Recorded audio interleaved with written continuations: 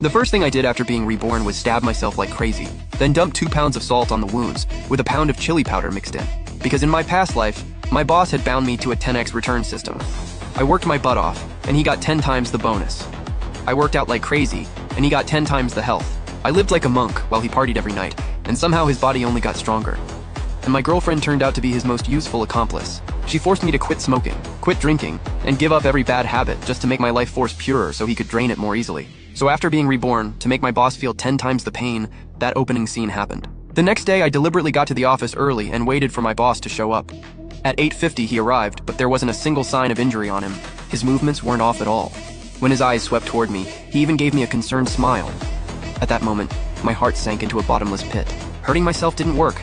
Could his system only return the good stuff, not the bad?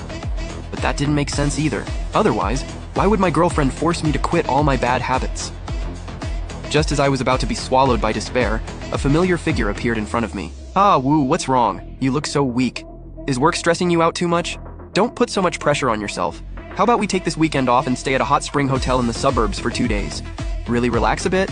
Or tonight, I can go to the gym with you and sweat out all that negative energy. Looking at her sweet smiling face, all the anger, hurt, and despair in my heart instantly gathered like lava and erupted. Stress? Anxiety?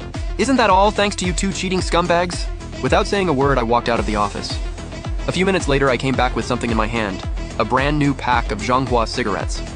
Right in front of her, and in front of every co-worker in the office who was pretending to work but actually listening in, I lit a cigarette. I took a deep drag. The harsh but familiar smoke instantly filled my mouth and lungs, making me cough hard. But right after that came the long-lost rush of indulgence from the nicotine, along with dizziness and pleasure. At that moment, all my stress and anxiety seemed to leave with that puff of smoke, but my girlfriend's reaction was 100 times more intense than I expected. Her face changed instantly. She rushed up to me, snatched the cigarette from my mouth, and threw it hard onto the floor. Then she stomped on it hysterically with her thin high heel. Yang Wu, are you crazy? Didn't you promise me you'd quit smoking? Why are you smoking again? Do you know how bad this is for your body? Her reaction was too strange. Before, no matter how much I resisted working out or any other self-discipline routine, she always guided me with a gentle, coaxing tone. But when it came to smoking, she was so intense, so out of control, as if what I was smoking wasn't a cigarette, but her life. I looked at her body trembling slightly from emotion, and at those eyes filled with fear and panic.